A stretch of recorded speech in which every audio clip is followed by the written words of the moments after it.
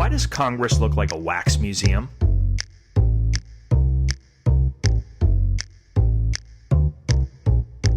Hi, I'm Nick Tumbelides. Welcome to No Uncertain Terms, the official podcast of the Term Limits movement for the week of August 9th, 2021. Your sanctuary from partisan politics. There are two views on this question, and they couldn't be more opposite. First, there's the view held by antique politicians in Washington that Congress is just old and broken because the American people want it that way. Then there's the term limits view, which is a lot more nuanced. That's the view that says the American people don't want this at all. We're only in this mess because incumbents have rigged the system for their own personal gain. That's the view most people hold, and for good reason. We see incumbents getting returned to office 98% of the time, and we know that's hardly democratic. This week we're going to do a Term Limits Rewind, a throwback to an important discussion on this topic. I hope you'll enjoy it. Happy President's Day. Oh, thank you. I think you've seen the new Associated Press NORC Center for Public Affairs Research poll. They took it in early January, and the big result is that Americans don't think our democratic system is working that well. 45% actually believe it's not functioning well. An additional 38% believe it's operating somewhat well, and only 16% think it's operating very well. What say ye? I would say that if your first thought is to blame this on Biden and Trump, think again, because these results have been around for a while. This goes back long before Trump. This is the type of problem that got Trump elected. And I think the blame lies squarely with Congress, right? Yeah. Congress is not at all representative of the country anymore. That's right. No, it isn't. And I tell you, it's we talk about on this podcast a lot of the reasons why that is. And it starts with, if you're talking about democracy, you must be talking about elections. And to have well-functioning democracy, you need well-functioning elections, which means you need access to running for office, access to being able to vote for meaningful candidates in meaningful races, that is, competitive races. You need rotation in office. You need all the things that our founders tried to build into the system of American democracy. And these things are withering on the vine. There's no question about it. I mean, how many times on this podcast do we talk about the fact that 90 to 95% of the time, incumbents in the U.S. House win their own seat? Yeah, and I think inherent in a good definition of democracy is the ability of ordinary people to step up and serve in government, to run for office and have a viable chance of winning. But that simply doesn't exist. Our elections are monopolized by these incumbents. A third of elections in this country are just an incumbent running unopposed, right. No competition whatsoever. Right. And there's this funding disparity. I know you've got some of the data coming from these PACs that has basically created a wall. It's bigger than anything Donald Trump could imagine. It's a barrier to entry, and it's blocking ordinary people from running for office. It's blocking new voices, new faces, new perspectives from getting to Washington and actually making a difference. Oh, yeah. Money is the root of it, and you're right about that wall. And that wall is getting higher and higher. Get this. From 2016 to 2020, one full presidential election cycle, the donations to federal candidates have doubled. The total cost of the 2020 election at the federal level is expected to be around $14 billion, double that of 2016. And so the problems that we were complaining about 4 years ago are arguably twice as bad in 2020. And what percentage of that money is going to incumbents as opposed to challengers? It's the huge ratio. I think it's $9 from special interest PACs go to incumbents for every $1 that flows to a challenger. It just makes it impossible to compete. Oh, absolutely. I have the fresh numbers on that, too. You know, the site, opensecrets.org, is a wealth of information on this stuff. Also, Ballotpedia as well. But I'm looking at where all the PAC money's going. So, of course, this money has doubled, too. And in every industry, when you go down the list, over 90% of the money they give out goes to incumbents and not challengers. So just give me a couple of examples. Agribusiness, 91.5% of the dollars that agribusiness PACs gives out goes to incumbents. 91.5. The most extreme is defense. 97.5 in 2020 of all the money given out by defense PACs went to incumbents. Healthcare, 95%. So this is where I have a real problem with the folks in Washington, D.C., because they're being disingenuous and they're being dishonest when they oppose term limits. If you recall, when Trump said he wanted term limits for Congress, Mitch McConnell was the first person to stand up on a pedestal and say, oh, there will be no vote on this because we have term limits and they're called elections. Right. Right. And if he genuinely believed that, if he genuinely believed elections were fair, that anyone could step up to the plate and challenge him anytime they wanted, then maybe I would give him a mulligan on that, and I would say he's not evil, he's just wrong. Right. But what you just described proves that he and every other career politician in Washington knows better. Oh. They know how the system really works. This is what they do for a living. Because they are the ones acting like Hoover vacuum cleaners, sucking up all of these dollars from the lobbyists and the PACs. They're spending 5 hours a day raising this money. Each one of them, they're sitting on $2 million, $5 million, in some cases $20 million if you're a senator, to make sure that no one else can run against you. They know it's mo money, mo problems. They know that the only color that matters is green up there, and yet they continue to just spew these talking points against term limits that have no basis in reality. Yeah, how about this talking point? The average House challenger who won had to spend $3.5 million to do it. And keep in mind, all the PAC money is going to the incumbent, as we just discussed, right? So the challenger's running. They've got to raise $3.5 million, and then guess what? The amount that an individual is allowed to give to a federal candidate is $2,800 per person. And they don't have the name recognition and everything else. It is so skewed against the challenger. Yeah, sure. If we just can vote out the incumbents, that doesn't happen, and it's clear why it doesn't. Yeah, and then what you have is you have such a tiny percentage of people who actually live in this country that have access to public service, who actually have a reasonable chance of winning office. Oh, yeah. And they're not at all representative of the country.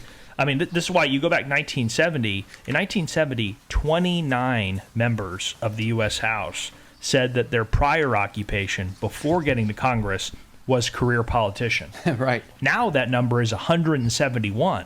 So that's a 500% increase in career politicians. The Senate has increased by 200%. The second most represented profession is lawyers. Right. And so you come away from this idea of representation. John Adams said the legislature needed to look like the people, but in miniature. He said should think, feel, reason, and act like them. Well, that just isn't true. Congress isn't like us at all.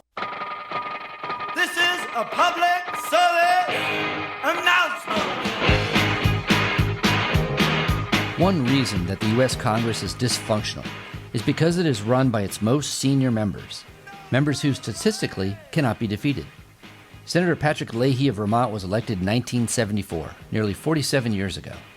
He is 80 years old and is having increasing difficulty performing his role as senator.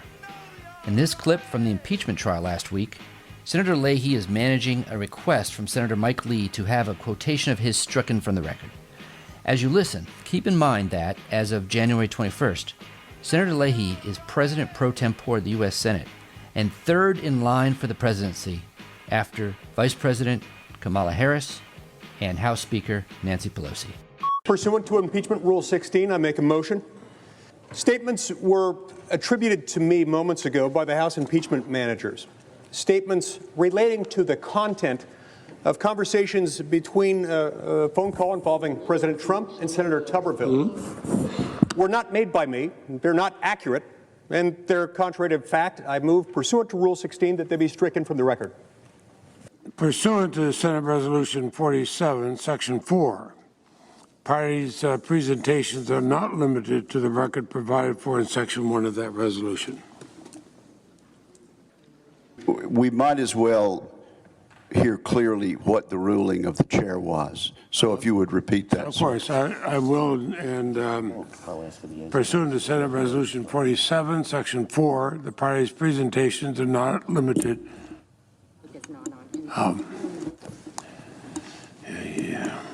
The senator from Utah has appealed. that ruling. Is that correct? Yes, I have. Have you? And the yeas and nays have been requested for sufficient. And what is the question? Is it, shall the ruling of the chair be sustained? Is that the question? Yes. Yes. It is whether the ruling of the chair with respect to the No. And what, may I ask, is the ruling of the chair? My point was not about whether it's appropriate for them to make characterizations. My point was to strike them because they were false. Senate Resolution 47 applies to this situation is correct. The question is whether Senate Resolution 47, Section 4, is correct. The parties' presentations are not limited to the record provided for in Section 1 of that resolution. Mr. President, that is not my motion. You've ruled on a motion. You've ruled on something that was not what I moved. Statements were attributed to me repeatedly, as to which I have personal knowledge because I am the source. They are not true. I never made those statements. I asked that they be stricken. This has nothing to do with whether or not they're based on depositions, which they're not. It's simply based on the fact that I'm the witness. I'm the only witness. Those statements are not true, and I ask that you strike them. President. No, who's talking? Joe. What is he doing? The yeas and nays were asked for on an appeal. Mr. President. The Senate will vote on the appeal of the ruling of the chair that this. Come on. They're in trouble with the mic. I'm sorry. The yeas and nays have been asked. Yeah, the yeas and nays have been asked for. The yeas and nays have been requested. Let him explain. Please let him explain, Mr. President. Why is it false? What was not false? What was false about it? Mr. President, I ask unanimous consent to answer the senator's question. Is not in order under Senate Resolution 47, Section 4. Parties' presentation not limited to the record provided for in Section 1 of that resolution. And that has been appealed. The yeas and nays have been requested. The clerk will call the roll.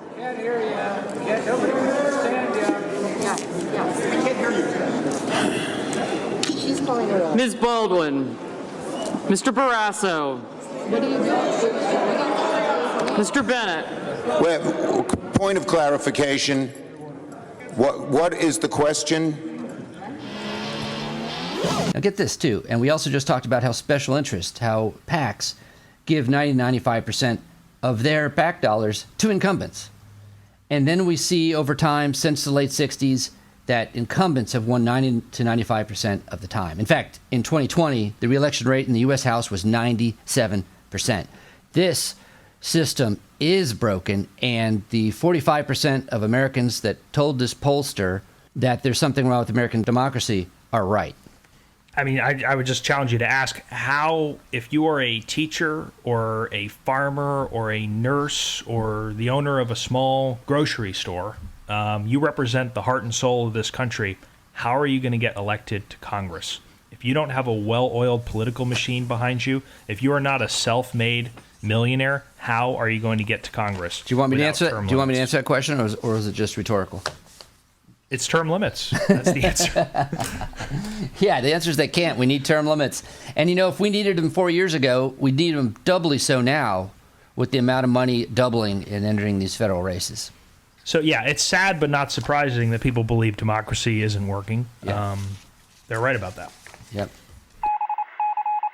Hi, this is Scott Tillman, the National Field Director with U.S. Term Limits. We ask candidates for Congress to sign a pledge that will help us get a term limits amendment into the U.S. Constitution. The pledge reads, I pledge that as a member of the U.S. Congress, I will co-sponsor and vote for the U.S. term limits amendment of 3 House terms and 2 Senate terms, and no longer limit. Every 2 years, when a new session of Congress starts, the term limits amendment must be introduced again. The current resolution is HJR 12 in the U.S. House, and we currently have 57 co-sponsors. 4 new co-sponsors this week. At the same point last cycle, we only had 32 co-sponsors.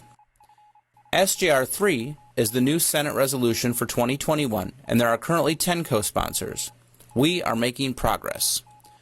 You can help by contacting your representative and senators to ask them to sign the pledge and to co-sponsor HJR 12 or SJR 3. For more ways to help, search U.S. Term Limits on Facebook, like and follow our national page and the page for your state. Thank you.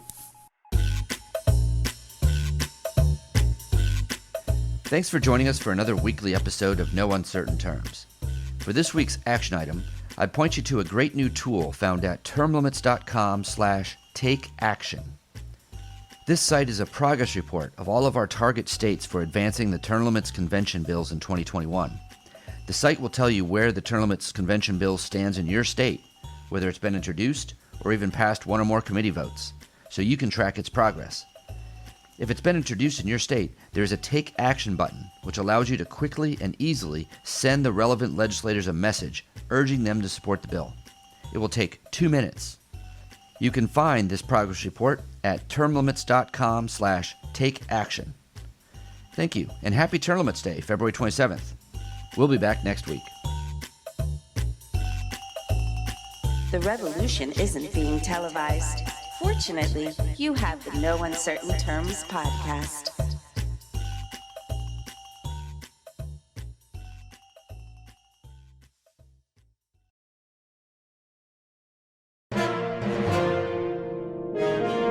USTL.